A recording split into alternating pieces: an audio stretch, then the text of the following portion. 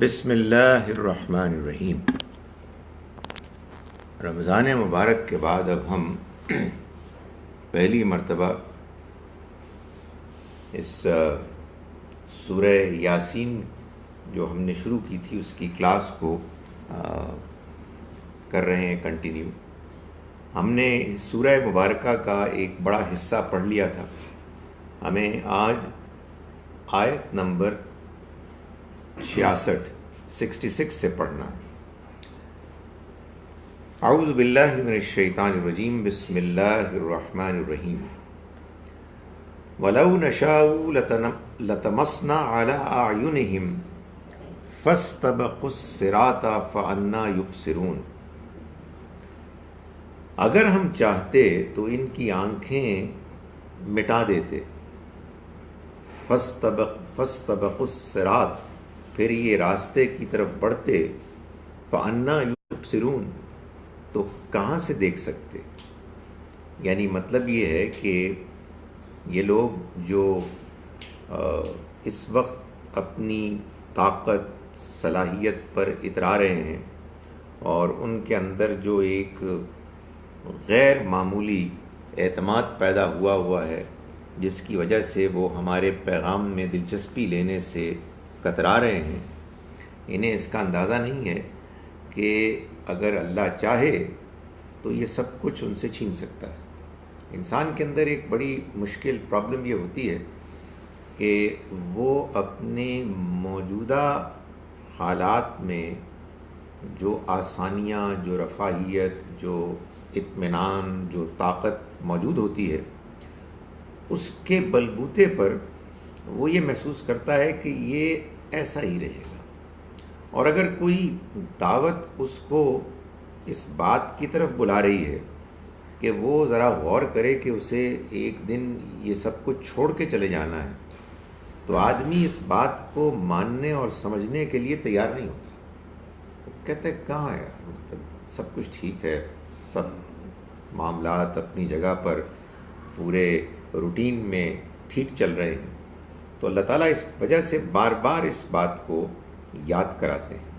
فرمایا وَلَوْ نَشَاءُ، اور اگر ہم چاہتے لَطَمَسْنَا أَعْيُنَهُمْ، تو ہم ان کی آنکھیں مٹا دیتے۔ فَاسْتَبَقُوا الصِّرَاطَ، پھر وہ آگے بڑھتے راستے کی طرف۔ فَأَنَّىٰ يُبْصِرُونَ، تو وہ کہاں سے دیکھ سکتے؟ وَلَوْ نَشَاءُ لَمَسَخْنَاهُمْ عَلَىٰ مَكَانَتِهِمْ، اور اگر ہم چاہتے تو ہم ان کو مسخ کر دیتے ان کی جگہ پر، یعنی جہاں یہ موجود ہیں وہیں پر ان کی جو ظاہری شکلیں ہیں، جو ظاہری اسباب ہیں، ان کا خاتمہ کر دیتے، ان کو بگاڑ دیتے۔ علی مکانتہم، ان کی جگہ پر۔ فما استطاعوا مضیا، تو پھر وہ اس کی استطاعت نہ رکھتے کہ وہ مضیم ولا یرجعون، کہ نہ وہ بڑھ سکتے ہیں اور نہ ہی وہ واپس لوٹ سکتے ہیں، یعنی یہ نہیں کر سکیں گے کچھ بھی اگر ہم ان کے معاملے میں کوئی ایسا اقدام کر لیں۔ ان کے پاس کوئی استطاعت، کوئی صلاحیت نہیں ہوگی نہ لوٹ سکنے کی، نہ روشنی پانے کی۔ فرمایا وَمَن نُعَمِّرْهُ نُنَكِّسْهُ فِي الْخَلْقِ، اور ہم جن کو عمر زیادہ دے دیتے ہیں، نُنَكِّسْهُ فِي الْخَلْقِ، تو ان کی تخلیق میں بھی درجہ بدرجہ ان کو کم کرتے چلے جاتے ہیں، ان کو پیچھے لوٹاتے چلے جاتے ہیں۔ افلا یعقلون، تو کیا یہ عقل سے کام نہیں لیتے؟ یعنی مطلب یہ ہے کہ یہ جو ہم ان کو سمجھانے کے لیے دھمکی دے رہے ہیں کہ دیکھو یہ بھی ہو سکتا ہے کہ تم سے ہم تمہارے دیکھنے کی صلاحیت چھین لیں، یہ بھی ہو سکتا ہے کہ ہم تم کو آگے بڑھنے سے روک دیں، تو یہ مت سمجھو کہ یہ محض ایک دھمکی ہے۔ بھائی کیا تم یہ نہیں دیکھتے ہو کہ تم ہی میں سے بعض لوگ ہوتے ہیں کہ جو بڑھاپے کی عمر کو پہنچتے ہیں اور ان کے ساتھ معاملہ یہ ہوتا ہے کہ جیسے بچپن میں بالکل بے بس ہوا کرتے تھے، دوسروں کے اوپر منحصر، ان کے تمام تر خدمت اور توجہ کے وہ پردار و مدار ان کا ہوتا تھا جینے کا، وہی آخری عمر میں بھی ہو جاتا ہے.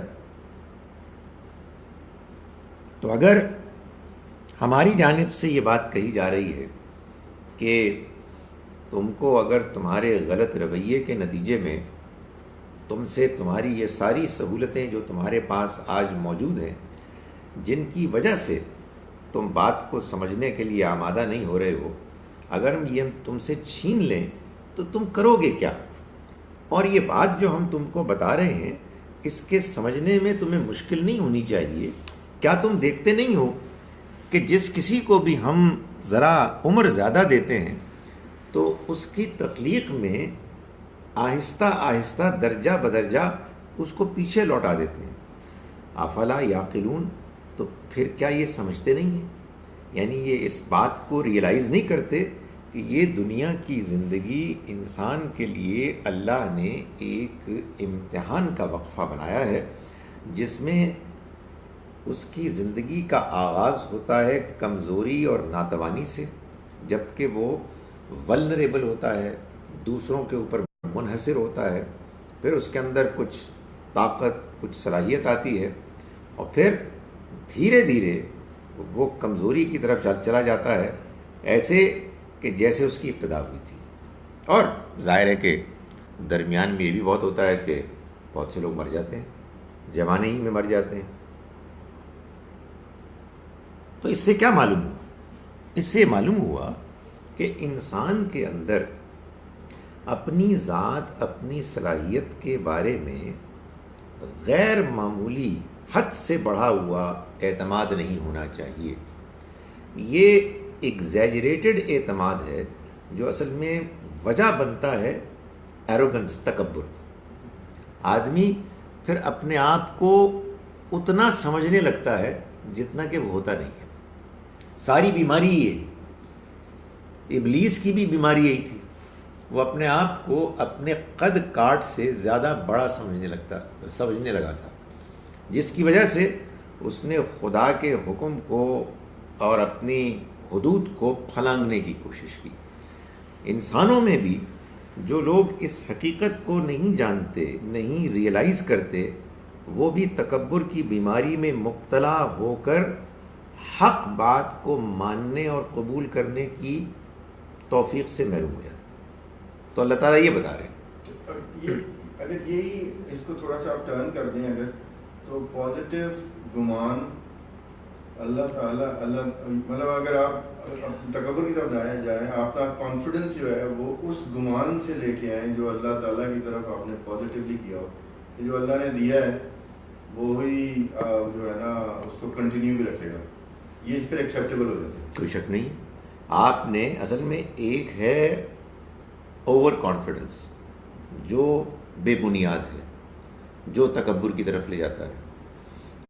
ایک ہے لیک آف کانفیڈنس کہ جو آدمی کو کچھ بھی نہیں کرنے دیتا. انکساری اور عاجزی بہت اچھی چیز ہے، لیکن اتنی زیادہ ہو کہ معلوم ہو کہ میں بالکل ہی بیکار ہوں تو تب بھی کچھ نہیں. یہ درمیان کا رویہ ہے ریئلسٹک، جس میں کہ آدمی اپنی حدود کو پہچانتا ہے، اللہ کے مقابلے میں سرکش نہیں ہوتا، بلکہ عاجزی اور انکساری اختیار کرتا ہے، جس کے نتیجے میں وہ ایک جانب حقائق کو سمجھتا ہے، مانتا ہے، اور دوسری جانب دنیا میں آپریٹ کرتا ہے.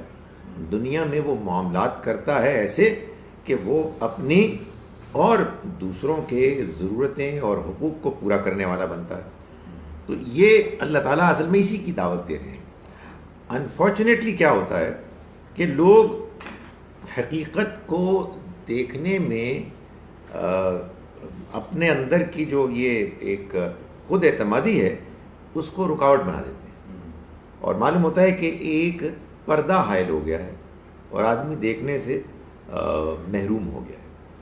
ظاہر ہے کہ یہ جو قرآن کرتا ہے نا کہ ان کے آگے بھی اسی سورہ مبارکہ کے ابتدا میں آیا تھا کہ ان کے آگے بھی ایک دیوار ہے اور پیچھے بھی ہم نے دیوار کھڑی کر دی.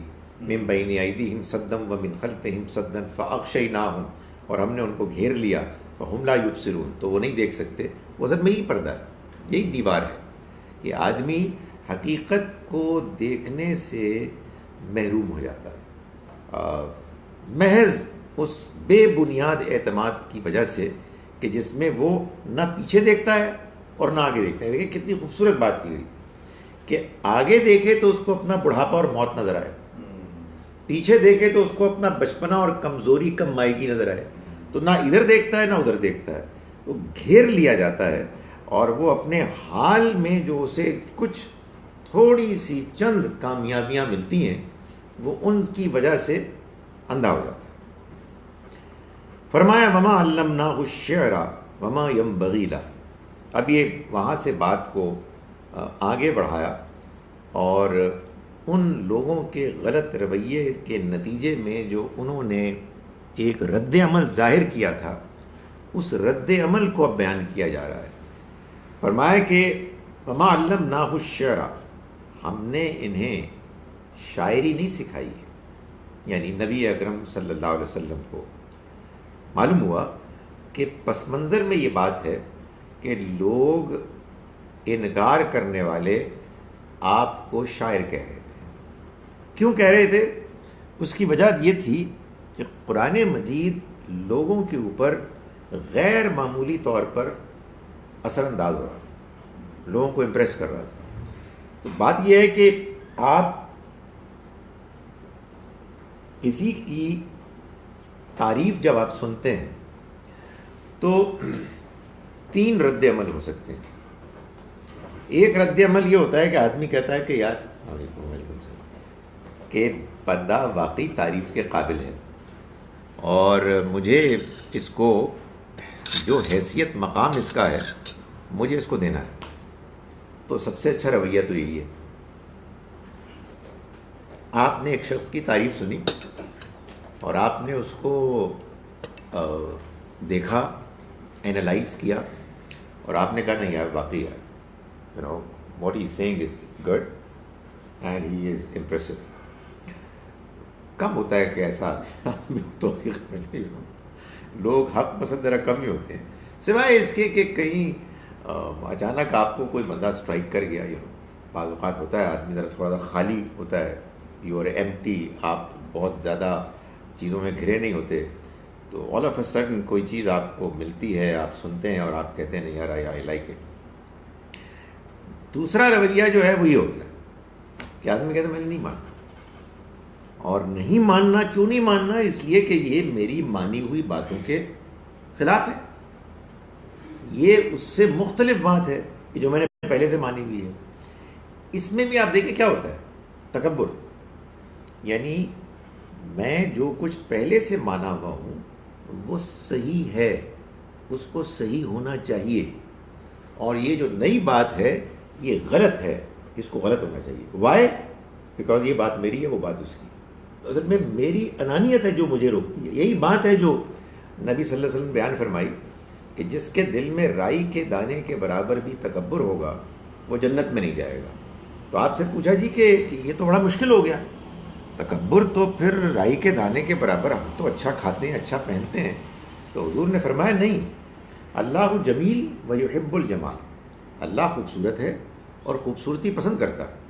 تکبر 2 چیزوں کا نام ہے، ایک غمت الناس، لوگوں کو اپنے سے کمتر سمجھنا، اور دوسرا بطر الحق، حق کے آگے اکڑنا. تو یہ حق کے آگے اکڑنا یہ بھی اصل میں دوسروں کو کمتر سمجھنے کا نتیجہ ہے کہ آپ یہ بات تو سن ہی نہیں رہے نا کہ کون کیا کہہ رہا ہے، بات کیا ہے، اس کا وزن کیا ہے.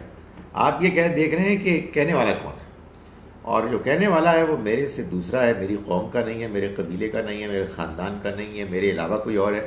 اٹ کی ناٹ بی کریکٹ. تو نبی صلی اللہ علیہ وسلم کے معاملے میں قریش کے لیڈرز نے جب یہ دیکھا کہ آپ کو ایک کامیابی حاصل ہو رہی ہے، لوگ آپ کی بات سن رہے ہیں، آپ کے پیغام سے متاثر ہو رہے ہیں، تو جو ان کے بس میں بات آئی، جو ان کو ذہن میں سوجا، انہوں نے الزام گڑ دیا. ان میں سے ایک بات یہ بھی گئی کہ یہ شاعری ہے. بھائی بات یہ ہے کہ زیادہ امپریس نہ ہو. جیسے تم دیکھتے ہو نا شاعر ہمارے یہاں امرؤ القیس، لبید، عاشا، یہ سب تھے نا، موجود ہیں تمہارے سامنے، تو وہ تم کو امپریس کرتے تھے نا. ان کو بھی سمجھو یہ ان سے بھی زیادہ بہتر ہے. That's it. تو یہ انہوں نے الزام لگایا. تو اللہ تعالیٰ نے فرمایا کہ وما علمناہ الشعر، ہم نے ان کو شاعری نہیں سکھائی. وما ينبغی لہ، اور نہ یہ اس کے شایان شان بھی. یعنی شاعری ان کو ہم سکھائیں. شاعر جانتے ہو وہ مبالغہ آمیزی کرتے ہیں، ان کے قول اور فعل میں تضاد ہوتا ہے. ان کو اصل میں لوگوں کو متاثر کرنا ہوتا ہے. ردیف قافیہ ملاتے ہیں، الفاظ کا کچھ وہ ایسا انتخاب کرتے ہیں جس سے لوگوں کے اندر جذبات پیدا ہو جاتے ہیں. تو یہ ان کا فن ہے، اور وہ داد وصول کرتے. جب تک کہ آپ واہ واہ نہ کہیں، سبحان اللہ نہ کہیں، وہ آگے بڑھ نہیں سکتے. یہ ایک مسئلہ پیدا ہوا کہ یہ دونوں طرح کے یہ فنکار ہوتے ہیں، شاعر بھی اور کامیڈینز بھی. اسی میں آ جاتے ہیں یہ قوال وغیرہ بھی، کہ آدمی کہتے ہیں یار یہ لوگ ایگزیجریٹڈ ان نیچرل طریقے سے کیوں اپریشیٹ کرتے ہیں. سبحان اللہ مقرر. ابھی شعر سمجھ بھی نہیں آیا. میں تو بڑا ڈپریسڈ ہوتا ہوں کہ یار مجھے تو بات ہی سمجھ میں نہیں آئی ہے. And people's response is so spontaneous. تو کہتے یہ ہے کہ اس کی وجہ یہ ہے کہ ان کے اندر جوش ہی نہیں پیدا ہوتا. وہ موٹیویٹ ہی اس طرح سے ہوتے ہیں کہ اگر آپ نے لطیفہ سنایا ہے تو قہقہ لگائیں تاکہ آپ کے اندر پیدا ہو کہ یار نہیں آپ آئی مسٹ کنٹینیو. تو اللہ کے پیغمبر بہت مختلف ہوتے ہیں. انہیں کسی کی اپریسیشن کی ضرورت نہیں ہوتی. ان کے قول اور فعل میں کوئی تضاد نہیں ہوتا. وہ جو کہتے ہیں وہی کرتے ہیں، بلکہ کرتے زیادہ ہیں کہتے کم ہیں. تو اللہ تعالیٰ فرما رہے ہیں کہ وما ينبغی لہ، اور نہ یہ ان کے شایان شان ہیں. یعنی ہمارے یہ پیغمبر جن کے کردار کو تم نے دیکھا ہوا ہے، ان کے صادق اور امین ہونے پر تم خود گواہی دے چکے ہو، یہ ان کا شاعری سے کیا تعلق؟ شاعر جو ہوتے ہیں وہ تمہارے سامنے ہیں، اور یہ جس لیول کے انسان ہیں، جس اعلیٰ ترین کردار کے ہیں، یہ تمہارے سامنے ہیں. ان ہوا الا ذکر و قرآن مبین. یہ تو کچھ بھی نہیں ہے مگر ایک یاد دہانی کے اور ایک واضح قرآن کے. اس میں چند ہی الفاظ میں کئی باتیں بتا دی گئی. یعنی ایک بات یہ بتائی گئی ہے کہ یہ جو اللہ کا کلام ہے قرآن، یہ شاعری نہیں ہے. شاعری پر کیوں گمان ہوا ہوتا ہے بعض اوقات لوگوں کو کہ کچھ وزن ملتا ہے، ردیف قافیہ، یشعرون، تشعرون، تعقلون، تذکرون، یہ ہے قرآن میں. معلوم ہوتا ہے کہ قرآن میں یہ ہے اس لیے کہ اللہ نے چاہا کہ قرآن یاد ہو جائے اور قرآن محفوظ ہو جائے. آپ کو معلوم ہے نا کہ نثر یاد کرنا بہت مشکل ہے، اور نظم شاعری یاد ہو جاتی ہے. لوگ فرفر پورا کلام یاد کر لیتے ہیں، اس لیے کہ اصل میں اس میں الفاظ کا انتخاب ایسے کیا جاتا ہے کہ آپ اس کو مس نہیں کر پاتے. وہ رائم ہوتی ہیں، رائمنگ ورسز ہوتی ہیں، ردیف قافیہ ہوتا ہے. یہی قرآن مجید میں بھی اللہ تعالیٰ نے اہتمام فرمایا ہے، جس کے نتیجے میں یہ ممکن ہوا کہ قرآن محفوظ ہو گیا. لیکن شاعری میں اور قرآن مجید میں جو فرق ہے وہ یہ ہے کہ میں نے گزارش کی کہ شاعری میں مبالغہ آرائی ہوتی ہے، اور قرآن مجید میں اللہ تعالیٰ نے جو مضامین بیان کیے ہیں وہ انتہائی سنجیدہ، حکمت پر مبنی، غیب کی خبریں بتائی گئی ہیں. اور سب سے بڑھ کر اس کی آیات میں جو قرآن نے خود کہا اصول اور فرع، بنیاد اور تفصیل کا جو ریلیشن شپ ہے وہ آپ قدم قدم پر دیکھتے ہیں، اور کوئی تضاد نہیں، کوئی کنٹرڈکشن نہیں. تو یہ شاعری کیسے ہو سکتی ہے؟ شاعر کو تو ایک دن ایک چیز سوچتی ہے تو وہ ایک بات کرنا شروع کر دیتا ہے، اگلے دن اس کو ایک اور بات سوچتی ہے تو دوسری بات کرنا شروع کر دیتا ہے. انسان تو ایسا ہی ہے. یعنی آنیسٹلی آپ میرے یہاں کی گئی کو 2-3 تقریروں کو سامنے رکھ کے تجزیہ کریں تو آپ کے خالد صاحب آپ نے اس دن یہ کہا تھا، پھر اس کے بعد یہ کہا اور آج آپ یہ کہہ رہے ہیں تاڑا کوئی دین ایمان ہے؟ کہ سر یار بات یہ ہے کہ جو سمجھ میں آتی ہے بات میں کر دیتا ہوں، اس لیے کہ انسان کے سمجھ میں بھی باتیں وقت کے ساتھ ساتھ آتی ہیں. انسان کو بعض اوقات اپنی غلطی معلوم ہو جاتی ہے، بعض اوقات آدمی کسی دوسرے کی بات کو سن کے متاثر ہو جاتا ہے. مگر یہ ایک حیرت انگیز چیز ہے قرآن مجید میں کہ قرآن اپنے بیان میں جہاں اصول بیان کرتا ہے وہیں اس کی تفصیلات بیان کرتا ہے. اور یہ پھیلا ہوا ہے کلام جو 22-23 سال کے عرصے میں نازل ہوا، مگر اس کے اندر آپ کنٹرڈکشن نہیں دکھا سکتے کہ بھائی وہ دن تو آپ یہ فرما رہے تھے اور آج آپ یہ فرما رہے ہیں. تو فرمایا کہ یہ ان ہوا الا ذکر، یہ تو کچھ بھی نہیں ہے سوائے ایک یاد دہانی کے. وہ قرآن مبین، اور یہ ایک واضح قرآن ہے. قرآن کو یاد دہانی کیوں کہا گیا؟ قرآن کو یاد دہانی اس لیے کہا گیا ہے کہ قرآن مجید ہم انسانوں کو کوئی نئی بات نہیں بتاتا، بلکہ ہمارے اندر پہلے سے موجود حقائق کو وہ ہمارے سامنے واضح کرتا ہے. یہ جو ہمارا ریلیشن شپ بنتا ہے قرآن سے، اگر جینون ریلیشن شپ بنے تو یہ محض جذباتی ریلیشن شپ نہیں ہے کہ کسی نے آپ کو آپ کے بتا دیا کہ بھائی ہمارے آبا و اجداد یہ کرتے تھے تو ہم کو بھی یہی کرنا ہے. اصل میں انسان کو اپنے اندر یہ محسوس ہوتا ہے کہ وہ جو اس نے کہا میں نے یہ جانا گویا یہ بھی میرے دل میں میرے اندر کی بات ہے، یہ میری فطرت ہے جس کو کہ یہ قرآن بیان کر رہا ہے اور ریمائنڈ کرا رہا ہے، ہمارے اندر کی باتوں کو دوبارہ ہمارے سامنے پیش کر رہا ہے تاکہ ہمارے باطن اور اس کلام میں ایک ریلیشن شپ قائم ہو جائے. جیسے توحید ہے، جیسے اخلاقیات ہیں، ہم پہلے سے لے کے آئے ہیں. قرآن آ کے کیا کرتا ہے؟ ہمیں ریمائنڈ کراتا ہے. اسی طرح سے قرآن ہم کو ریمائنڈ کراتا ہے ان تمام واقعات کو کہ جو امپورٹنٹ واقعات قرآن کے نزول سے پہلے ہوئے، جن واقعات کے ریمائنڈ کرانے سے ہم کو یہ معلوم ہوتا ہے کہ اللہ تعالیٰ کی اس دنیا کو چلانے میں کیا پالیسی ہے، اس کے کیا رولز ہیں. تو ہمیں اس کا ریمائنڈر ملتا ہے اور پھر اس کے نتیجے میں آئندہ جو کچھ ہونے والا ہے اس کے بارے میں اللہ کی طرف سے ہم کو یاد دہانی ہوتی ہے کہ دیکھو اس سب سے یہ معلوم ہوتا ہے کہ آئندہ جو کچھ ہونے والا ہے اس میں یہ چیزیں ہیں جن کا تمہیں لازماً خیال رکھنا چاہیے. تو فرمایا یہ شاعری نہیں ہے، یہ تو ایک یاد دہانی ہے. قرآن مبین، اور یہ ایک واضح قرآن ہے. قرآن مبین کہہ کے اللہ تعالیٰ نے یہ بھی بتا دیا کہ اس میں جو باتیں بیان ہوئی ہیں یہ غیر واضح نہیں ہے، یہ پیچیدہ نہیں ہے، یہ ایمبیگوس نہیں ہے، بلکہ کلیئر ہے. وہ جو میں گزارش کرتا ہوں بار بار کہ یہ ہم مسلمانوں کا پروپیگنڈا ہے قرآن کے خلاف کہ یہ بڑی سمجھ میں نہیں آنے والی کتاب ہے، بہت مشکل کتاب ہے، قرآن میں تجھے نہ پڑھو، جس بغیر سمجھے پڑھ لو. قرآن تو کہتا ہے بالکل واضح ہے بھائی، جو آپ کو یاد کرانے کے لیے آیا ہے، جو آپ کو آخرت کی تیاری کرانے کے لیے آیا ہے، جو آپ کو دنیا میں روشنی دکھانے کے لیے کلام آیا ہے، وہ غیر واضح کیسے ہو سکتا ہے؟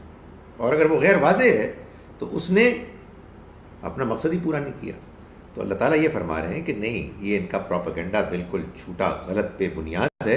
یہ کیسے ہو سکتا ہے کہ آپ کو شاعری سکھائی جائے؟ شاعری آپ کے شایان نشانی نہیں ہے، یہ تو اصل میں ایک یاد دہانی ہے. اور ایک ایسا قرآن ہے کہ جو بالکل واضح ہے. کیوں اس کو کیوں اس طرح سے بیان کی اللہ تعالیٰ نے پیش کیا؟ لِيُنذِرَ، تاکہ یہ خبردار کرے. یعنی یہ قرآن نے بار بار کہا ہے اور میں یہ بار بار اس کو ریپیٹ کرتا ہوں.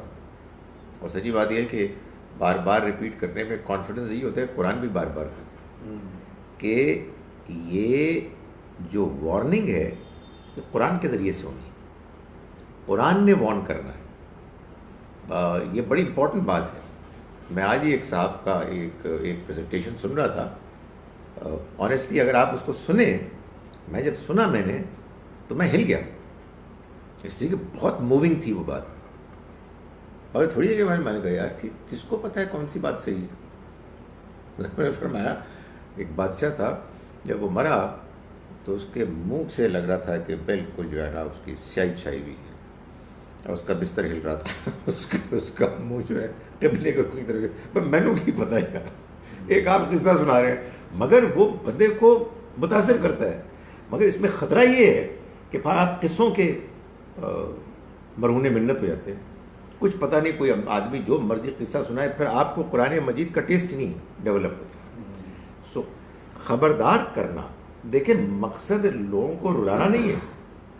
رلانے کے لیے تو ایکٹنگ کرنی بڑی مؤثر ہو سکتی ہے، شاعری بڑی مؤثر ہو سکتی ہے. مبالغہ آمیز قصے سنائیں، وہ ڈائلاگ بولنا شروع کر دیں کبھی ہوئے نہیں بدر ہونا نہیں لگتا ہے. بٹ یو سی جو قرآن مجید کا کمال ہے وہ یہ ہے کہ وہ اللہ کا کلام ہے اور وہ حقیقت پر مبنی ہے اور حقیقت پسندانہ باتیں کرتا ہے. اور اس میں جو کچھ ہے اس کو پڑھتے ہوئے، اس کو سنتے ہوئے آدمی پر یہ اطمینان، واضح اطمینان ہوتا ہے اس کو کہ یہ پیورسٹ آف دا پیور ہے، اس میں کوئی آمیزش نہیں ہے. تو یہ کلام اس لیے اللہ تعالیٰ نے اتارا لِيُنذِرَ مَنْ كَانَ حَيًّا، تاکہ یہ خبردار کرے ان کو کہ جو زندہ ہے. زندہ ہیں یعنی جو اپنے اندر فطرت میں زندہ ہے، جن کی انسانیت زندہ ہے، جو صحیح اور غلط میں فرق کرنے کی صلاحیت رکھتے ہیں، ان کی یہ صلاحیت موجود ہے، بیدار ہے، اور اسی کے مطابق وہ فیصلہ کرتے ہیں. تو یہ بتا دیا، اور قرآن یہ بار بار بتاتا ہے کہ قرآن مجید ہے تو خبردار کرنے کے لیے تمام انسانوں کو، للعالمین نذیرا، تمام جہان والوں. لیکن جہان والوں میں خبردار ہوگا کون؟ کون اس سے فائدہ اٹھائے گا؟ من کانا حیا، جو زندہ، یعنی جس کے اندر حقیقی زندگی ہے. یعنی اس سے معلوم ہوا کہ قرآن یہ بتا رہا ہے کہ کوئی بندہ کتنا ہی ہٹا کٹا صحت مند کیوں نہ ہو، لیکن اگر اس کے اندر کی انسانیت مردہ ہو چکی ہے تو مردہ ہے. یعنی وہ حقیقت میں اس کو اب جو جس کو زندگی کہتے ہیں نا، انسانیت اس کے اندر ختم ہو چکی ہے. مگر یہ انسٹنکٹیو ہے کہ کانشیس ہے؟ یہ ایک تو ایکوائر، ایک تو ہوتا ہے نا انسٹنکٹیو کہ آپ ایک اچھے پیدا تو آپ ہم سارے ایک جیسے ہوتے ہیں، کہتے ہیں مسلمان پیدا ہوتا ہے اچھے پیدا، تو اس میں یہ ہوتا ہے کہ یہ ایکوائرڈ کیریکٹرسٹک. اور نہیں، یہ دیکھیں بات یہ ہے کہ یہ بالکل پیورلی آپ کی اپنی انڈیپینڈنٹلی پرفارمڈ جو ہے نا کارکردگی، اس کی بنیاد پر ہے. اگر آپ کسی ایسے ماحول میں پیدا ہوئے ہیں جس میں بہت برائی ہے اور نیکی اچھائی کا ایک ایلیمنٹ ایسپیکٹ ایسا ہے جو آپ کر ہی نہیں سکتے، تو وہ حصہ آپ کو، جس کو کہتے ہیں نا یہ آؤٹ آف کورس ہے، ایگزامپٹ کر دیا گیا، وہ مر جائے گا، وہ آپ سے پوچھا ہی نہیں جائے گا. وہ بے شک مر گیا ہو لیکن آپ سے وہ ایکسپیکٹڈ نہیں ہے. یہ ممکن نہیں ہے کہ برے سے برے ماحول میں انسان کے اندر کوئی خوبی بھی پیدا نہیں ہو سکتی. تو یہ اللہ رب العزت جانتا ہے کہ آپ کے ماحول میں، کسی اور کے ماحول میں کتنی ایک منیمم نیکی ایکسپیکٹڈ ہے، جس کی بنیاد پر یہ دیکھا جائے گا کہ اس نے کیا نیکی کو اہمیت دی یا بدی کو اہمیت دی. تو یہ جو آپ نے پوچھا نا کہ کیا یہ وہ چیز ہے کہ جو وہ ہمارے یہاں جو ہے نا کوئی ایک ایکوائرڈ ہے اور ایک پھر وہ ہے انسٹنکٹیو ہے. ہاں، آپ ارن کرتے ہیں، خود پرفارم کرتے ہیں، اور ایک دوسری چیز ہے کہ جو آپ ماحول سے متاثر ہو کے لیتے ہیں. نہیں، آپ کی اپنی پرفارمنس جو خود آپ کرتے ہیں اس کی بنیاد پر فیصلہ ہوگا. یعنی یہ نہیں ہوگا کہ ایک بندہ ہے کہ جو ایک برے باپ کا بیٹا ہے، برے ماحول میں رہتا ہے، اور اب اس کے اندر خیر کے کرنے کا کوئی امکان ہی نہیں. قرآن اس سے انکار کرتا ہے، ایسا نہیں ہو سکتا. یعنی فرعون کے گھر میں موسیٰ علیہ السلام ہوں گے اور نوح علیہ السلام کے گھر میں ایک کافر بیٹا ہوگا، تو یہ ہوگا. یہ اصل میں وہ آزادی ہے جو انسان کو اللہ نے ہر انسان کو دی ہے، جس کو اختیار کر کے، خود سے اختیار کر کے آدمی یہ فیصلہ کرتا ہے کہ میں نے اس طرف جانا ہے، اس طرف جانا ہے۔ تو قرآن یہ کہتا ہے کہ یہ اصل میں خبردار کرنے کے لیے آیا ہے، مگر یہ خبردار کن کو کرنے میں کامیاب ہوگا؟ من کانا حیا، جو زندہ ہے، وَيُحِقَّ الْقَوْلُ عَلَى الْكَافِرِينَ، اور یہ اس لیے آیا ہے تاکہ انکار کرنے والوں پر بات آخری حد تک واضح ہو جائے، ان پر حجت تمام ہو جائے۔ یہ اصل میں اس کا مقصد ہے، انکار کرنے والوں کے پاس انکار کرنے کے لیے کوئی ایکسکیوز، کوئی بہانہ نہ رہے۔ یہ اس لیے فرمایا اولم یروا انا خلقنا لهم مما عملت ایدینا انعاما، کیا انہوں نے غور نہیں کیا کہ ہم نے ان کو ان کے لیے پیدا کیا ان چیزوں میں سے بھی کہ جو ہم نے ان کے لیے بنائیں، چوپایوں میں سے، یعنی یہ ان کے جانور، ان کے چوپائے، انہوں نے غور نہیں کیا، یہ ان کے اپنے پیدا کیے ہوئے نہیں ہیں، یہ ہم نے ان کو بنا کے دیے ہیں۔ فہم لہا مالکون، پھر یہ اس کے مالک بنے بیٹھے ہیں، ان کو استعمال کرتے ہیں۔ یہ بھیڑ، یہ بکری، یہ اونٹ، یہ گائے، یہ بیل، آرام سے ان کو استعمال کرتے ہیں، اور ان کے مالک بنے ہوئے ہیں کہ ان کے پاس اتنا لائف سٹاک ہے، ان کے پاس اتنے ڈنگر ہیں، اور معلوم ہوتا ہے کہ وہ ایسے اس کے مالک ہیں کہ گویا کہ انہوں نے ہی پیدا کیا ہے۔ وَذَلَّلْنَاهَا لَهُمْ، اور ہم نے ان کو ان کے تابع بنا دیا، ان کی فرما برداری میں لگا دیا۔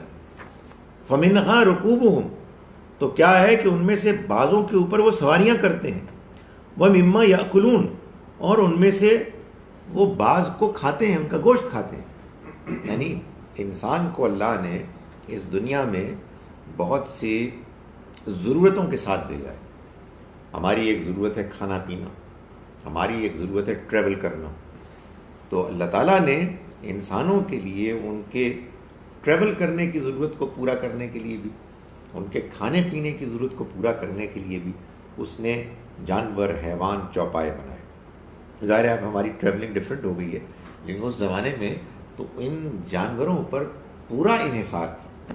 تو اللہ تعالیٰ فرماتے ہیں کہ ان کو پھر ان کا فرما بردار بنا دیا، وہ ان کو سرو کرتے ہیں، اور یہ ان کے مالک بنے بیٹھے ہیں، اور سواری بھی کرتے ہیں، ان میں سے کھاتے بھی ہیں، اور وَلَهُمْ فِيهَا مَنَافِعُ وَمَشَارِبُ، اور ان میں ان کے لیے اور بھی بہت سارے فائدے ہیں، اور ان سے یہ پینے کی چیزیں بھی حاصل کرتے ہیں۔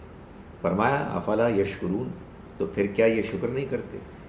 یعنی مطلب یہ ہے کہ یہ سب کچھ پانے کے بعد اگر ان کو یہ احساس نہیں ہوتا کہ یہ ان کے رب نے ان کو عنایت کی ہیں چیزیں، اور اس کا یہ حق بنتا ہے کہ اس کا شکر ادا کیا جائے، اور اس کی شکر گزاری کے لیے اس کی عبادت کی جائے، تو جو کلام ان کو یہ بات بتانے آیا ہے، اس کلام کو کہتے ہیں شاعری۔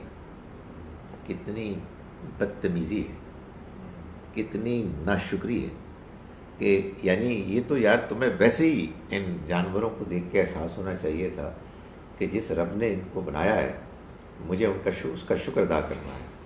نہیں تمہیں توفیق ہوئی تو ہم نے تمہیں سمجھانے کے لیے اپنے ایک پیغمبر کو چنا جو تمہارے میں سے بہترین انسان، اور اپنا کلام ان کے اوپر نازل کیا جو بہترین کلام ہے۔ تمہیں معلوم ہے کہ تمہارے شاعروں کی شاعری نہیں ہے، اور تم اس کو سن کر کیا کہہ رہے ہو کہ شاعری ہے۔ تو یہ تمہاری کتنی بدنصیبی ہے، ہم نے تم کو یہ سب کچھ دیا تاکہ تم ہمارے شکر گزار بنو اور ہماری عبادت کرو، لیکن اس کے برعکس انہوں نے الٹا رویہ اختیار کر لیا۔ وَاتَّخَذُوا مِن دُونِ اللَّهِ آلِهَةً، اور انہوں نے اللہ کے علاوہ اور دوسرے معبود بنا لیے، اس توقع پر کہ لعلہم ینصرون، کہ ان کی مدد کی جائے، یعنی اللہ کو چھوڑا، اور اپنے ذہن سے اختراع کر لیا کہ نہیں یہ اس کے علاوہ کچھ اور ہیں کہ جو ہم کو یہ دے رہے ہیں، یا وہ بھی اس کے ساتھ اس کے پارٹنرز ہیں، وہ اکیلا نہیں ہے. ظاہر ہے کہ یہ کتنا بڑا جرم ہے. آپ اس سے اندازہ لگائیے کہ اللہ کی طرف سے تمام نعمتیں مل جانے کے باوجود اور اس کی طرف سے حق پیغام آ جانے کے باوجود لوگ اپنی مرضی سے کچھ اختراع کر رہے ہیں، گڑھ رہے ہیں، کریٹ کر رہے ہیں کچھ نام جن کا کہ کوئی وجود ہی نہیں کہ یہ بھی معبود ہے.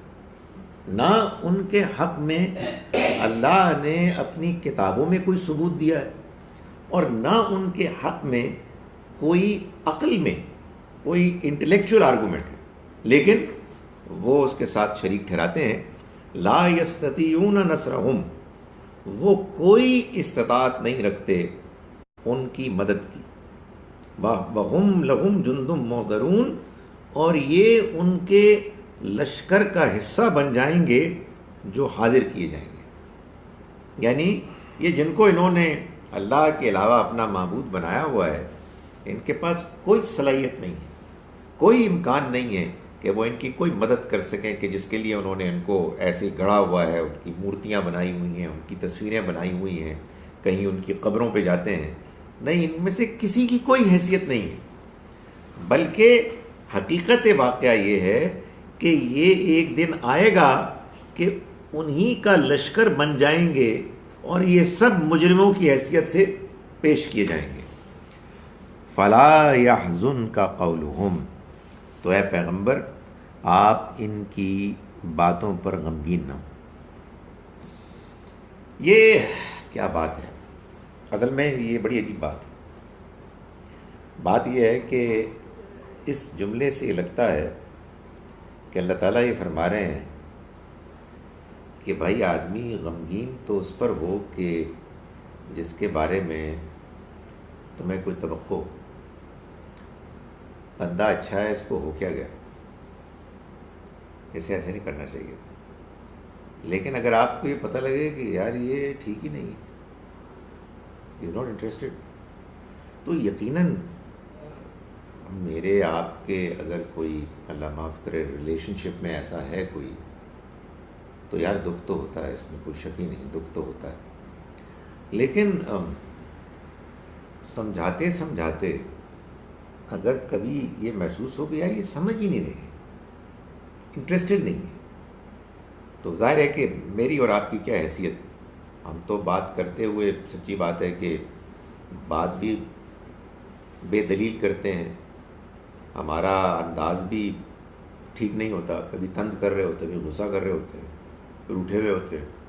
لیکن اللہ کے پیغمبر اللہ کا پیغام بہترین انداز میں حکمت کے ساتھ پیش کر رہے ہوں اور لوگ بالکل بے بنیاد فضول قسم کے اعتراضات کر رہے ہوں اور اس کے مقابل میں اپنی بات پیش کر رہے ہوں، تو اس کے بعد ظاہر ہے کہ یہ بات بالکل بجا ہے کہ اللہ تعالیٰ نے فرمایا کہ آپ ان کی بات پر غم نہ کریں.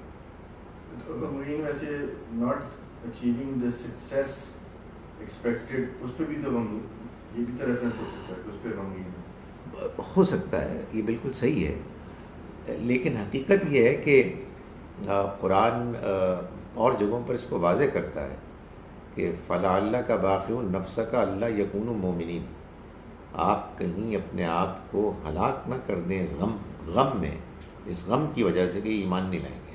اس میں ہوتا ہے جو ایک پرسنل ریلیشن شپ، پیغمبر کی ذات بہت، ان کے اندر بہت انسانیت ہوتی ہے. یعنی ان کا مسئلہ سارا یہ ہوتا ہے کہ بندہ ٹھیک ہو جائے، بندہ ایمان لے آئے، بندہ جہنم سے بچ جائے.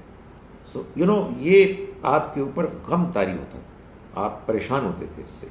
تو فرمایا کہ نہیں، آپ غمگین نہ ہوں ان کی بات پر. انا نعلم ما یسرون وما یعلنون، ہم خوب جانتے ہیں اس کو بھی کہ جو یہ چھپاتے ہیں اور اس کو بھی کہ جو یہ ظاہر کرتے ہیں.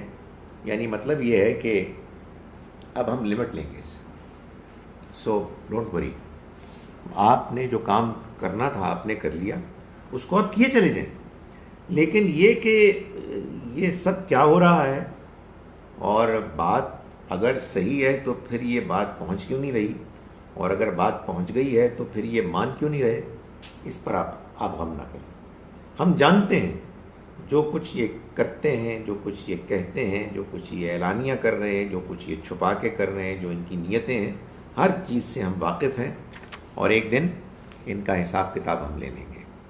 اولم یر الانسان انا خلقناہ من نطفۃ فاذا هو خصیم مبین.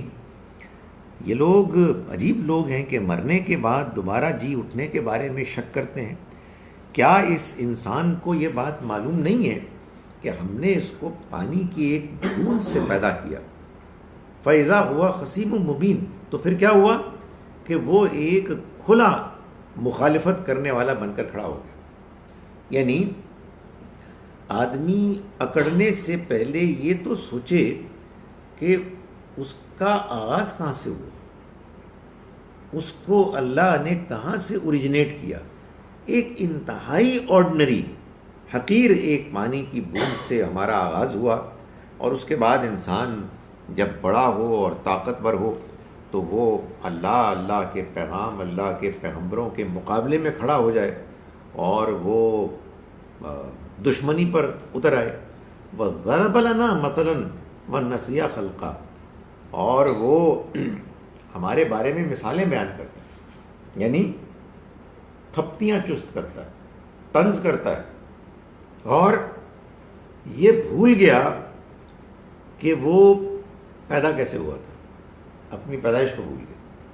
اور اب بڑا ہو گیا ہے، اب اس کو صلاحیت ملی ہے، تو اب وہ روپ ڈالتا ہے، اب وہ خدا کے بارے میں بھی فضول قسم کی باتیں کرتا ہے، مثالیں بیان کرتا ہے، پھپتیاں چست کرتا ہے. قال من یحیی العظام وہی رمیم. کون ہے کہ جو ہڈیوں کو زندہ کرے گا جب کہ وہ گل سڑ جائیں؟ یہ باتیں کرتا ہے. یہ بھول جاتا ہے کہ وہ خود کیسے پیدا ہوا تھا. جب اسے کہا جاتا ہے کہ یہ زندگی ایک آزمائش ہے، اس میں جو کچھ تم کر رہے ہو اس کا حساب کتاب ہوگا، اور تمہیں اس وجہ سے اپنے آپ کو تیار کرنا چاہیے، تو وہ جو اس کی خواہشات پوری نہ ہوتی ہوئی اس کو نظر آتی ہیں اس کے نتیجے میں، اور جو اس کی انانیت اس سے مجروح ہوتی ہے، تو اس کو ریجیکٹ کرتا ہے، اور یہ کہتا ہے کہ کیسے ہو سکتا ہے کہ مرنے کے بعد دوبارہ زندگی ہو، جب ہم گل سڑ کے ہڈیاں ہو جائیں گے، کیا اس کے بعد دوبارہ ہم زندہ کریں گے؟ کون کرے گا؟ کون کر سکتا ہے؟ یہ کہتا ہے. قل، آپ کہہ دیجئے، یحییھا الذی، ان کو زندہ کرے گا وہ، ان ہڈیوں کو جو گل سڑ جائیں گی ان کو زندہ کرے گا وہ، انشاءھا اول مرہ، جس نے ان کو پیدا کیا پہلی مرتبہ. یہ قرآن مجید کا وہ سادہ اور شاندار جواب. کیا مسئلہ کیا ہے؟ جس نے پہلی مرتبہ پیدا کیا اس کے لیے دوسری مرتبہ پیدا کرنا کیسے مشکل ہے؟ کیا مسئلہ ہوگا؟ فرمایا وَهُوَ بِكُلِّ خَلْقٍ عَلِيمٌ. اور وہ ہر چیز جو اس نے پیدا کی ہے وہ اس کو خوب جانتا ہے. ایک اور جگہ فرمایا نا کہ جو تمہاری ہڈیاں اور تمہارے جسم کے ریزے رل مل جاتے ہیں مٹی میں، ہم اس سے بھی واقف ہیں، ہر چیز سے واقف ہیں. تو ایک مرتبہ اس کو دوبارہ زندہ کرنا جس نے تمہیں پہلی مرتبہ ایسے غیر معمولی طریقے سے ایک بالکل حقیر ابتدا سے شروع کر کے کیا، کیا مشکل ہوگا؟ فرمایا الذی جعل لکم من الشجر الاخضر نارن. وہی ذات کہ جس نے بنائی تمہارے لیے سبز درخت میں سے آگ. یہ عربوں کا ایک مشاہدہ تھا کہ ان کے ہاں ایسا درخت تھا جو ان کے صحرا میں تھا، وہ سبز، لیکن اسی کو وہ رگڑ کے آگ نکالتے تھے.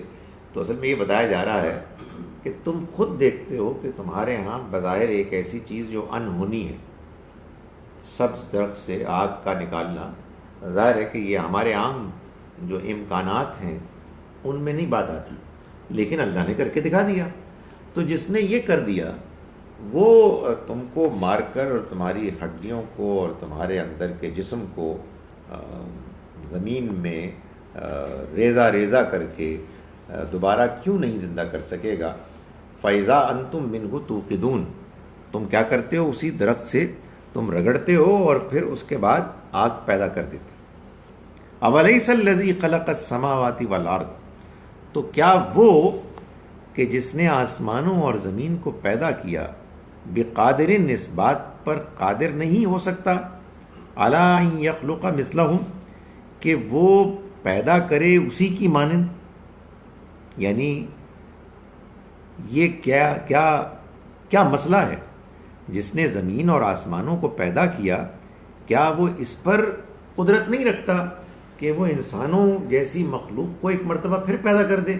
بلا، کیوں نہیں، وَهُوَ الْخَلَّاقُ الْعَلِيمُ، وہ ہر چیز کا پیدا کرنے والا ہے، خلاق ہے اور ہر چیز کا جاننے والا ہے. یعنی اس کے پیدا کرنے کی صلاحیت بے پناہ ہے، اور پیدا کرنے کے معاملے میں اسے جو علم درکار ہے وہ بھی بغیر کسی انتہا کے اس کے پاس موجود ہے. سو اس کے لیے کوئی مشکل نہیں ہوگی. انما امرہ اذا اراد شیئا، اس کا تو معاملہ جب وہ کسی چیز کا ارادہ کر لے، ان یقول لہ کن، یہ ہوتا ہے کہ وہ اس کے لیے کہتا ہے کہ تو ہو جا، فیکون، تو وہ ہو جاتی ہے. یعنی اس نے اب تک جو کائنات پیدا کی ہے اس میں بھی یہی طریقہ اختیار کیا ہے کہ اسے کوئی زحمت نہیں ہوتی. وہ ایک کلمہ کہتا ہے کہ کن، ہو جا، اور جس کو جیسے ہونا ہوتا ہے وہ ہو جاتا ہے. کسی کو اچانک، کسی کو بہت لمبا عرصہ گزار کے یہ پروسیس شروع ہو جاتا ہے. اس پروسیس کے شروع ہونے میں کیا ہوتا ہے؟ کوئی اس کی طرف سے کوئی بہت زیادہ کوئی اہتمام کرنا پڑتا ہے؟ نہیں. وہ کہتا ہے کن فیکون، وہ کہتا ہے ہو جا، اور پھر وہ پروسیس شروع ہو جاتا ہے، وہ ہونے لگتا ہے، یا اچانک ہو جاتا ہے، یا پھر جیسا کہ میں نے گزارش کی کہ بہت سی چیزیں ایسی ہیں جن کے ہونے کے لیے اس نے جو طریقہ، جو سفر طے کیا ہے وہ شروع ہو جاتا ہے. فرمایا فسبحان الذی بیدہ ملکوت کل شیء، تو ہر عیب سے پاک ہے وہ کہ جس کے ہاتھ میں ہر چیز کا اختیار ہے. ملکوت کل شیء وإلیہ ترجعون، اور تم سب اسی کی طرف لوٹائے جاؤ گے.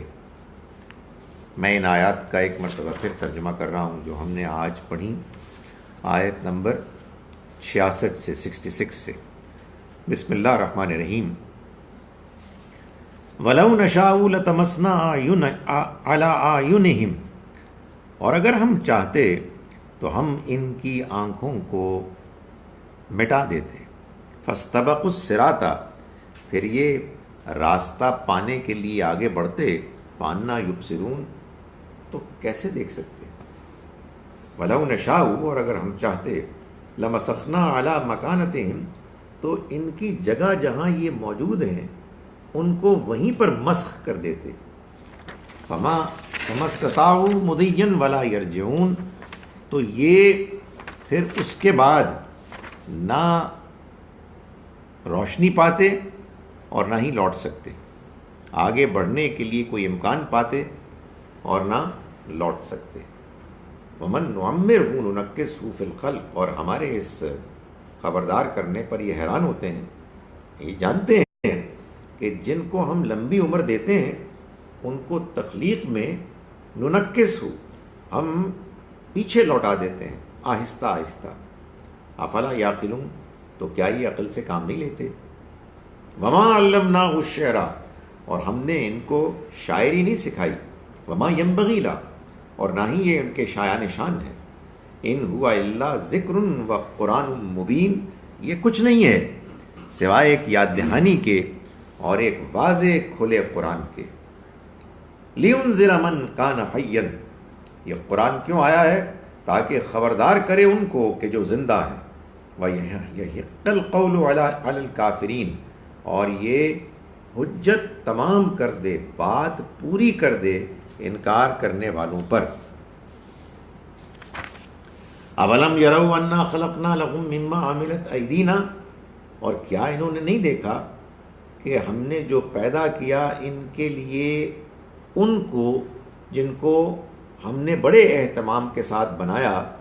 انعامن چوپایوں میں سے، فہم لہا مالکون تو یہ اس کے مالک بنے بیٹھے ہیں، فذللناہا لہم اور ہم نے ان کو ان کی خدمت میں لگا دیا، فمنہا رکوبہم تو بعض وہ بھی ہیں کہ جن پر یہ سواری کرتے ہیں، ومنہا یاکلون اور بعضوں کو وہ کھاتے ہیں ان کے گوشت کو، وَلَهُمْ فِيهَا مَنَافِعُ وَمَشَارِبُ اور ان کے لیے اس میں اور بہت سے فائدے ہیں اور مشروب بھی ہیں، دودھ بھی پیتے ہیں اور ٹینٹ بھی بناتے ہیں، نہ جانے کیا کیا کرتے ہیں۔ افلا یشکرون تو کیا یہ شکر ادا نہیں کرتے؟ واتخذوا من دون اللہ الہا عجیب بات ہے کہ انہوں نے اس سب کے باوجود ٹھہرا لیے ہیں اللہ کے علاوہ اور معبود، لعلہم ینصرون تاکہ وہ ان کی مدد کرے، تاکہ ان کی مدد کی جائے۔ لا یستطیعون نصرہم نہیں، وہ ان کی مدد کی کوئی صلاحیت نہیں رکھتے، وہم لہم جند محضرون اور یہ ان کے لشکر میں شامل ہو جائیں گے، حاضر کیے جائیں گے۔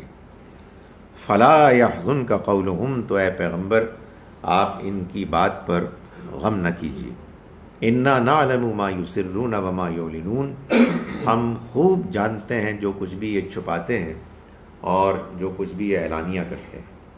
اولم یر الانسان تو کیا اس انسان نے نہیں دیکھا، انا خلقناہ من نطفۃ فاذا ہوا خصیم مبین کہ ہم نے اس کو پیدا کیا ایک حقیر بوند سے تو پھر کیا ہوتا ہے کہ یہ ایک کھلا کھلا جھگڑا کرنے والا بن جاتا ہے ہمارے خلاف، بس ضرب لنا مثلا اور ہمارے بارے میں باتیں بناتا ہے، ونسیٰ خلقہ اور اپنی پیدائش، اپنی پہلی تخلیق، ابتدائی تخلیق کو بھول جاتا ہے۔ قال من یحیی العظام وہی رمیم اور پوچھتا ہے کہ کون ہے کہ جو ہڈیوں کو دوبارہ زندہ کرے گا جبکہ وہ ریزہ ریزہ ہو جائیں گی۔ قل یحییھا الذی انشأھا اول مرہ آپ کہہ دیجئے کہ زندہ کرے گا ان کو وہ کہ جس نے پیدا کیا ان کو پہلی مرتبہ، وہو بکل خلق علیم اور وہ ہر مخلوق، ہر چیز جو تخلیق اس نے کی ہے اس سے پوری طرح واقف ہے۔ الذی جعل لکم من الشجر الاخضر نارا وہ کہ جس نے پیدا کیا تمہارے لیے سرسبز درخت میں سے آگ کو، فاذا انتم منہ توقدون تو پھر کیا ہے کہ تم اس سے سلگاتے ہو، سردیوں میں تم اس سے تپائش پاتے ہو۔ اولیس الذی خلق السماوات والارض تو بھلا وہ کہ جس نے آسمانوں اور زمین کو پیدا کیا، بقادر کیا قدرت نہیں رکھتا، قادر نہیں ہو سکتا، علی ان یخلق مثلہم کہ وہ انہی کی طرح دوبارہ ایک مخلوق پیدا کر دے، بھلا کیوں نہیں، وہو الخلاق العلیم وہ تو بہت خوب پیدا کرنے والا ہے، سب کچھ جاننے والا ہے۔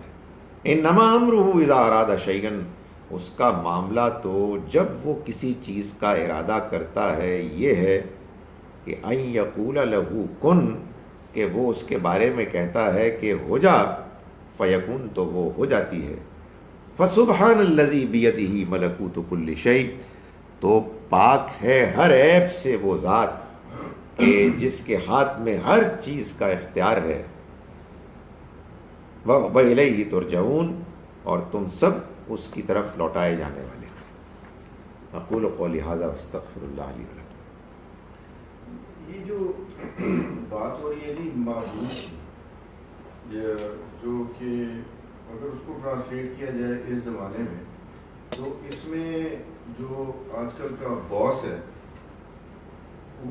وہ اس میں ایک بیلنس مینٹین کرنا ہوتا ہے کہ جی اگر آپ کسی کے لیے کام کر رہے ہیں تو وہ آپ کو کتنا دے سکتا ہے، اور جو ہے وہ اللہ کی طرف سے تو وہ جو ہے اس عمرے میں یہ بھی آتا ہے اس میں، یہ ایک سمجھ لیں کہ ایمبیگوس پوائنٹ ہے کہ جی آپ کتنا کوئی ایک آدمی سے صاحب حیثیت یا صاحب طاقت جو آدمی ہے اس سے کیا ایکسپیکٹ کریں، اور پھر آپ کا ایمان کیا ہو کہ آپ نے یہ کہہ رہے ہیں کہ جی یہ کچھ نہیں دے سکتا، جو مجھے دینا اللہ نے دینا۔ دیکھیں جو تو اللہ کو ماننے کے نتیجے میں دو باتیں بالکل واضح طور پر اسی کے ساتھ منسوب کرنی لازم ہے. ایک تو یہ کہ وہی ہے کہ جو بنانے والا ہے. بنانے کے معاملے میں کسی نے اس کو اس کی مدد نہیں کی, اور دوسرا وہی چلا رہا ہے, وہی پال رہا ہے.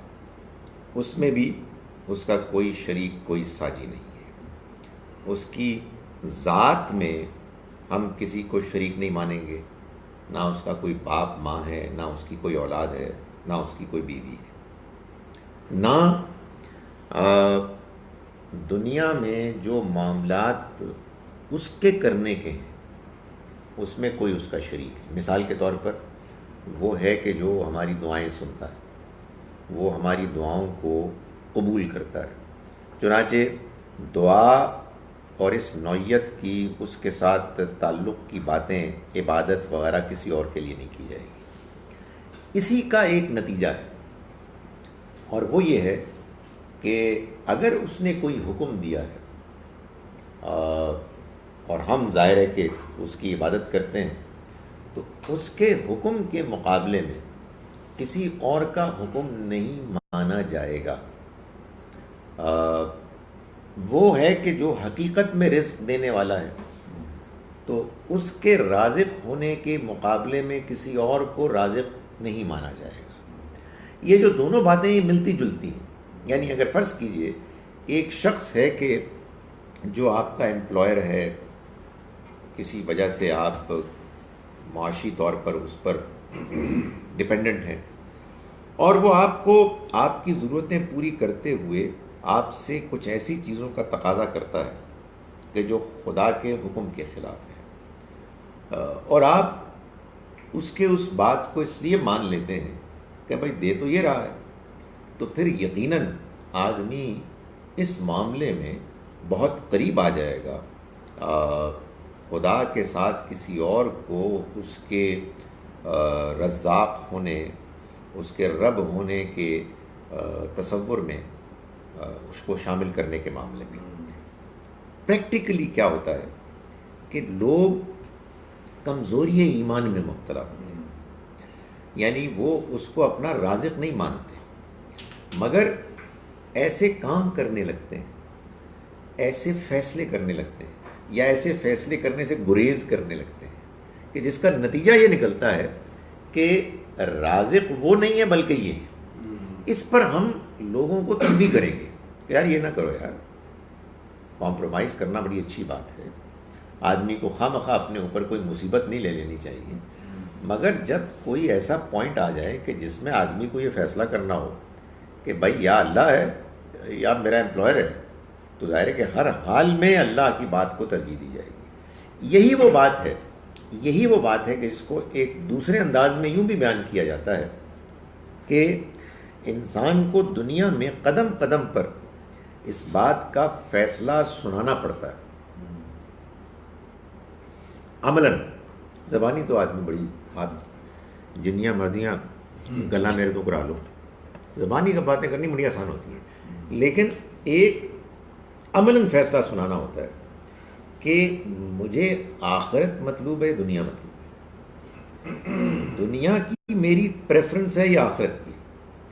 آخرت کی پریفرنس کا مطلب یہ ہرگز نہیں ہے کہ ہم سادھو بن کے کہیں جنگل میں کسی غار میں چلے جائیں, لیکن یہ مطلب لازم ہے کہ آپ کو اگر دنیا میں کوئی فیصلہ کرنا ہے جس میں یا آپ کو حق کا ساتھ دینا ہے اور قربانی دینی ہے, یا آپ کو باطل کا, جھوٹ کا ساتھ دینا ہے اور دنیا حاصل کرنی ہے, تو آپ کا فیصلہ یہ بتائے گا کہ آپ نے دنیا کو ترجیح دی یا آخرت کو ترجیح دی, اللہ کو ترجیح دی یا غیر اللہ کو دی. تو اس میں کوئی شک نہیں ہے کہ ایمان کا یہ نتیجہ نکلتا ہے, اللہ پر ایمان اور آخرت پر ایمان. سوال جواب میں اصولی بات تو یہ ہے کہ ادھر سے بندہ ہے, اوپر سے. شروع میں تو گپ شپ ہو رہی ہے. آپ پلیز آپ لوگ کوئی پوچھنا چاہیں تو. کہتے ہیں کہ اور اللہ تعالیٰ اس کتاب اور حکمت, تورات اور انجیل سکھائے گا, سورہ آل عمران. تو یہ تو ٹھیک ہے, اگر تورات اور انجیل کتابیں ہیں تو یہ کتاب کیا چیز ہے؟ یہ سورہ آل عمران کی آیت نمبر 48 ہے. دیکھیے عربی زبان میں ان جنرل اور قرآن مجید میں خاص طور پر یہ جو واو ہے نا، واو، اس کے 3 میننگز ہیں. ایک تو مشہور میننگ ہے اینڈ، لیکن اس کا ایک اور میننگ ہے قسم، والعصر، زمانے کی قسم. والعصر کا مطلب یہ تو نہیں ہوتا کہ اور زمانہ، بلکہ زمانے کی قسم. اور ایک تیسرا مفہوم بھی ہے، اور وہ ہے یعنی، دیٹ از، جس کو ہم کہتے ہیں نا آئی ای، یہ بھی اس کا ایک مفہوم ہے. اور اس آیہ مبارکہ میں یہی مفہوم ہے کہ جو مراد ہے، یعنی اللہ تعالیٰ نے مسیح علیہ السلام کو یعلمہم الکتاب والحکمہ، ان کو کتاب اور حکمت کی تعلیم دی، والتورات والانجیل، یعنی تورات اور انجیل. تو جو کتاب ہے وہ تورات ہے، اور انجیل یہ حکمت ہے. شاید میں الٹ کر رہا ہوں، نہیں میں ترتیب قرآن میں ہے نا، یعلمہم التورات والانجیل، نہیں بالکل ٹھیک ہے، میں ترتیب پہلے سے ہی پڑھی تھی، انہوں نے غلط لکھی ہے یہاں کہ یعلمہم الکتاب والحکمہ، اس نے ان کو تعلیم دی کتاب اور حکمت کی، والتورات والانجیل، یعنی تورات اور انجیل. سو اس آیت میں یہ جو درمیان کا واو ہے یہ اور کے مفہوم میں نہیں ہے، بلکہ یعنی کے مفہوم میں ہے. کتاب یعنی تورات، انجیل یعنی حکمت. سو یہ یوں ہے. Any examples of things that take time to happen even after Allah says kun؟ Naushad شفقت صاحب، آپ مجھے اس کی مثال دیں کہ جو فوراً ہو جاتی ہیں. اکثر چیزیں تو ٹائم لیتی ہیں. ہر بچے کی پیدائش میں اللہ میاں کی طرف سے کن ہی ہوتا ہے، مگر ٹائم تو کوئی 9 مہینے کا لگتا ہے. اس دنیا کو بنانے میں بھی اللہ تعالیٰ نے کن ہی کہا تھا. پتہ نہیں کتنا عرصہ لگا، وہ کہتا ہے 6 دن لگے. 6 دن سے مراد 6 ادوار. تو آپ اس کی مجھے مثال دیں. اگر آپ الٹا سوال پوچھتے تو میں نروس ہو جاتا. یہ تو آپ نے سوال مجھے مہربانی کی کہ میرے حالات کی وجہ سے آپ نے آسان کر دیا. یہ کبھی کبھی ہوتا ہے جس سے لوگوں کو غلط فہمی ہو جاتی ہے کہ اللہ میاں کہتے ہیں کن اور فیکون. ظاہر ہے اس کی مثال کیا ہے؟ اس کی مثال یہ ہے کہ موسیٰ علیہ السلام نے لٹھیاں ماری، اللہ تعالیٰ نے فرمایا کن، اور اژدہا نکل آیا. تو معجزے ہوتے ہیں اس طرح سے. ورنہ عام طور پر جو زندگی کے معجزے ہیں اکثر اس میں تو اللہ کا کن آتا ہے اور پروسیس شروع ہو جاتا ہے. Due process. جی ہاں بالکل، اس کے آتا ہے. تو اس لیے میں آپ کا شکر گزار ہوں کہ آپ نے میرے لیے مسئلہ آسان کر دیا. دوسرے مسئلے میں ہو سکتا ہے مجھے سر کھجانا پڑتا.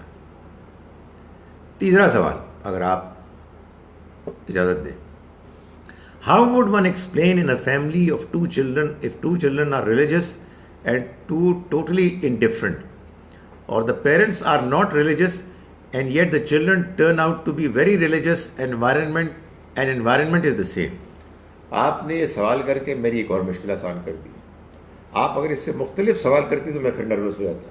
یہی تو میں گزارش کر رہا ہوں، یہی تو آپ سے جو بھی بات ہو رہی تھی کہ بھائی انوائرنمنٹ اگر ہوتی فیصلہ کن چیز تو آپ یقین جانیں کہ پھر مجھے نہیں سمجھ میں آتی کچھ بھی.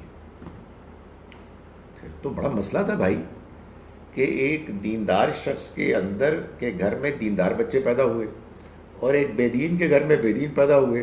تو بیچارے بے دین بچوں کا قصور کیا ہے اور دیندار بچوں کا کمال کیا ہے؟ تو یہ تو آپ نے سوال کر کے مجھ پر مہربانی کی ہے اور یہ بتایا ہے کہ دنیا کی زندگی ایک ایسی آزمائش ہے جس میں ہر بندہ انڈیپینڈنٹ ہے. کیسے ہوتا ہے؟ آئے میں آپ کو بتاتا ہوں کیسے ہوتا ہے.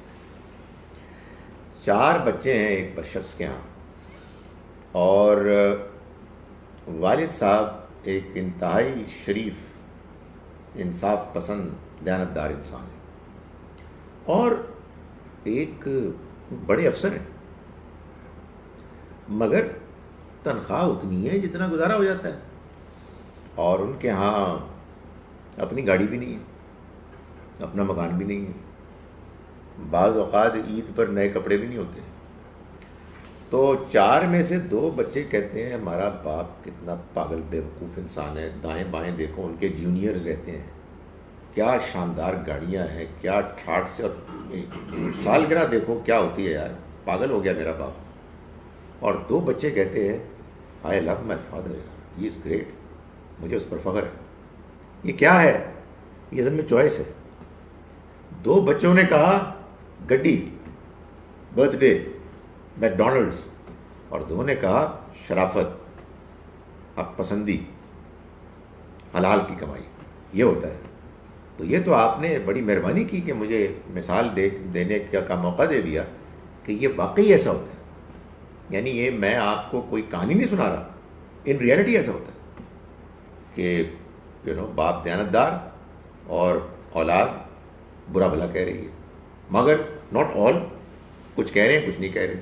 باپ انتہائی کرپٹ اور بچے کو مسجد سے باہر نکالا جا سکتا ہے اس کے کوئی ہے بالکل الٹ. وجہ کیا ہے؟ وجہ یہ کہ یہ دنیا کی زندگی جو ہے اس میں اللہ نے ہر ایک کو آزادی دی ہے، ہر ایک کو موقع دیا ہے. اور آزادی موقع کیا ہے؟ بڑی سٹوری بڑی سادہ سی ہے. میں کہتا ہوں کہ کلرڈ نہیں، بلیک اینڈ وائٹ ہے سٹوری. اچھائی ذرا بورنگ مشکل، برائی ذرا اٹریکٹیو مزیدار. برائی کا برا ہونا ہم جانتے ہیں، اچھائی کا اچھا ہونا ہم جانتے ہیں، باقی سب امتحان ہے، باقی ساری تفصیلات ہیں. انفلوئنس ہی ہوا نا. ہاں نہیں، وہ انفلوئنسر دیکھیں، انفلوئنس ایک چیز ہے، میرا فیصلہ، میرا انفلوئنس کون ہوگا بھائی. آپ دیکھیں ہم جاتے ہیں ایک نئی کلاس میں، ایک اسکول میں جاتے ہیں، کالج میں جاتے ہیں، یونیورسٹی، ہم سب کے ساتھ ہوتا ہے. یہ کیوں نہیں ہوتا کہ بندہ کہتا ہے یار میں ان سارے 50 کلاس فیلوں کو اپنا دوست بناؤں. کسی کے قریب ہوتا ہے، کسی سے دور ہوتا ہے، کسی کہتا ہے بس سلام ٹھیک ہے یار، اس سے بچ کے رہنا. آپ چوائس آپ کی ہوتی ہے، آپ فیصلہ کرتے ہیں. آپ کہتے ہیں یار یہ اس سے میں نے 2-4 دن دوستی کی ہے بٹ آئی ڈونٹ لائک ہم، مجھے یہ فراڈ لگتا ہے. اور دوسرا کہتا ہے یار یہ بہت زبردست، بڑا چکر باز آدمی، ویری برائٹ، بہت شارپ ہے، کمال ہو گیا. یہ آپ کا فیصلہ ہے سر، اس میں انفلوئنس کہاں سے آیا؟ نہیں میں سمجھ گیا، مگر جو فیصلہ بھی جو ہے نا کچھ بیسس پہ ہوتا ہے، کچھ فیکٹرز پہ فیصلہ ہوتا ہے کہ اب آپ کو اس کا مطلب یہ جو ہے نا آپ کو کوئی چیز پسند آ رہی ہے نہیں آ رہی، اب وہ آپ کی پھر اس کا مطلب بیسک انسٹنکٹ ہے جو کہ اس وقت ایکٹیویٹ ہو رہی ہے. What is in side of you is telling you کہ ہاں جی یہ ٹھیک ہے یا نہیں. آپ جو آپ کی چیز جو انوائرمنٹ ہے جو آپ کو انفلوئنس کرتی ہے، اس انوائرمنٹ میں آپ تھوڑی دیر چلتے ہیں اور پھر اس کے بعد آپ اویئرنیس آپ میں آتی ہے. کہاں سے آتی ہے؟ لیٹس سے آپ اسی انوائرمنٹ میں چل رہے ہیں، مگر اویئرنیس کہاں سے آتی ہے جس میں آپ اس انوائرمنٹ کو پھر ٹوٹلی ریجیکٹ کر کے اور آپ اپنی انوائرمنٹ کو چینج کرتے ہیں. میں نے ایسے بھی کیسے دیکھے، but where is it coming from? It's coming from inside. ایسا ہی ہے ایکچولی. وہ ایک وائٹل ڈیسیشن ہے جو آپ لیتے ہیں، جو کوئی آپ کی جگہ نہیں لے سکتا. دیکھیں یہ معاملہ یہ نہیں ہے کہ یار مجھے کوئی ورلڈ کپ میں دلچسپی نہیں ہے، میں تو اصل میں ٹینس کا فین، میں تو کرکٹ کا فین. یہ الگ چیز ہے. لوگ اس کو کنفیوز کرتے ہیں اس چیز سے کہ بندہ کہتے ہیں جیسے کرکٹ، ہاکی، فٹ بال، باسکٹ بال اس میں ٹیسٹ ہوتا ہے، ایسے ہی نماز روزے میں کوئی شراب پر پی رہا ہے، کوئی نماز پڑھ رہا ہے. نہیں، اس میں اللہ نے انسان کو ایک انڈرسٹینڈنگ دی ہے اور اس کی بیسس پر انسان فیصلہ کرتا ہے. دیکھیں فیصلے میں بھی آپ ذرا غور فرمائیں کیا ہوتا ہے. فیصلہ ایسا نہیں ہوتا کہ ہر آدمی پہلے دن صحیح فیصلہ کرتا ہے. سچی بات ہے، برائی بڑی فیسینیٹنگ ہوتی ہے. آدمی اسکول کالج میں جاتا ہے، کہتے ہیں یار مطلب میں تو بچپن میرا ضائع ہی ہوا ہے یار، اس کو دیکھ یار کیا کپڑے پہن کے آتا ہے یار، گڈنس. لیکن 2-4 دن آپ متاثر ہوتے ہیں، اس کے بعد آپ کہتے ہیں نہیں یار یہ ٹھیک نہیں ہے، آئی ڈونٹ لائک اٹ یار، this is bad, I don't feel good about it. یہ اصل میں ایک ٹسل ہے. دیکھیں وہ جو قرآن نے بیان کیا نا حابیل و قابیل کا واقعہ، تو اس میں جب حابیل نے کہا جی کہ میں تو اللہ نے میری قربانی قبول کی ہے اور اللہ تعالیٰ نے تمہاری ریجیکٹ کی ہے، اور اللہ کا فیصلہ ہے وہ متقیوں سے قبول کرتا ہے. قابیل نے اس کے اندر ایک ٹسل شروع ہو گئی اور اس نے پھر ایونچولی فیصلہ کیا کہ I am going to kill it. You know ایسا نہیں تھا کہ وہ امیجیٹ ایک انسٹنکٹیو ایسا تھا, بلکہ ایک اندر ٹسل چلی. اچھا اس کے بعد کیا ہوا؟ مار دیا. یہ بھی ہو جاتا ہے, انسان بہت برا کام کر بیٹھتا ہے, واقعی ہو جاتا ہے, لیکن پھر کیا ہوتا ہے؟ پھر آدمی کہتا ہے یار کمال ہو گیا, مزے آ گئے یار, کتنا زبردست کام کیا. نیور ایور بڑے سے بڑا مجرم بھی اس کو خدا کی طرف سے ادھر ایک احساس ہوتا ہے یار یہ کیا ہو گیا. ادھر کیا ہوا؟ ادھر اس بیوقوف کمبخت نے بجائے اس کے کہ اس پر وری کرتا کہ یار I have killed my brother, وہ کوا آیا, اس نے کھودنا شروع کیا, اس نے کہا یار مجھے یہ بھی نہیں پتہ لگا, حالانکہ یہ میں کرتا تو میں اس کو, اگر مجھے یہ اتنی حکمت ہوتی, وزڈم, تو میں بھی اس کو دبا دیتا. یعنی اس نے اپنے اندر کے گلٹ کے نتیجے میں توبہ کے امکان کو ایک طرف رکھا اور بالکل غیر ضروری انسگنیفیکنٹ باتوں میں دلچسپی لینی شروع کر دی. یہ ہوتا ہے انسان کے ساتھ, آدمی دبا دیتا ہے. تو اصل میں یہی بات کہتا ہوں کہ میرے اور آپ کے اندر سب سے خوفناک چیز ہے وہ آزادی ہے. اگر ہم محکوم محض ہوتے تو کوئی جواب دہی نہیں تھی. یہی وہ چیز ہے کہ جو بعض ہمارے بڑے جو حکیم دانا ہیں کہتے ہیں, بعض اوقات کی کوئی حضرت ابوبکر نے فرمایا, بعض اوقات کہتے ہیں لوگ حضرت عمر کا قول ہے, بعض اوقات حضرت علی کا قول کہتے ہیں کہ کاش کہ میں ایک چڑیا ہوتا, کاش کہ میں ایک پتا ہوتا, میں جواب ہی نہ دیتا, مجھے میری نوبت ہی نہ دی. یہ احساس ہے کہ یار مجھے یہ اللہ تعالیٰ نے دیا ہے سب کچھ, تو میں how am I going to be accounting for all this, you know. یہ ہے. تو ابھی تک تو میں شکر گزار ہو رہا ہوں کہ اچھے ہی سوال آ رہے ہیں. مطلب کوئی اوکھا اگر سوال آ گیا تو میں پڑھوں گا ہی نہیں. السلام علیکم. I just heard an idea about Zamzam water, that if you mix regular water with Zamzam, then the regular water also becomes Zamzam. Is it true? Can you describe it? جزاک اللہ. نہیں, I can't describe it. میرا یہ خیال ہے کہ یہ مشاہدے کی بات ہے. اگر ایسا ہو جاتا ہے تو کہیے سبحان اللہ. اللہ نے ہمیں جو بات بتائی ہے, یعنی آپ سمجھیں تجربے سے بتائی ہے, وہ یہ ہے کہ اللہ نے یہ چاہا کہ وہ ایک بیابان بنجر علاقے میں اپنا گھر بنائے, اور اس گھر کے تعمیر کرنے کے بعد جہاں اس نے دائیں بائیں دنیا جہان سے لوگوں کو اس کی دعوت دی کہ وہ پھلوں سے خوراک سے اس کو مالا مال کر دیں, وہاں ہی اس نے درمیان میں ایک چشمہ جاری کر دیا جو ختم ہی نہیں ہوتا.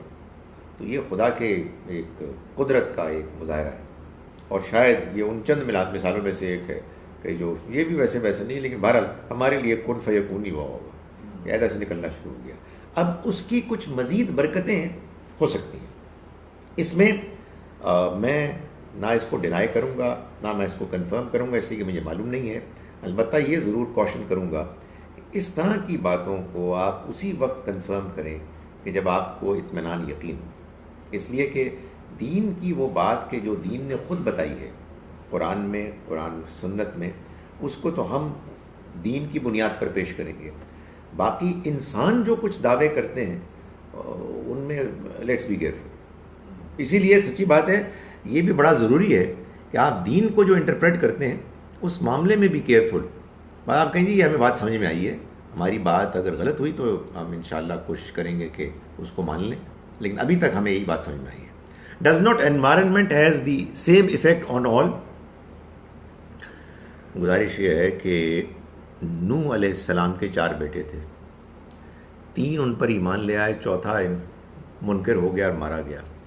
اس سے ثابت ہوا کہ environment does not have the same effect on all. اور ہماری آج اس وقت کی گفتگو سے بھی یہی بات سامنے آئی کہ ہیڈ اٹ بین ادروائز, اگر ایسا نہ ہوتا تو پھر نہیں سمجھ میں آ سکتا تھا کچھ بھی. نہ اللہ سمجھ میں آتا, نہ دنیا سمجھ میں آتی, نہ آخرت سمجھ میں آتی, نہ آزمائش سمجھ میں آتی. پھر میں ایک انتہائی کنفیوزڈ آدمی ہوتا. Parents set example for children by praying. Right.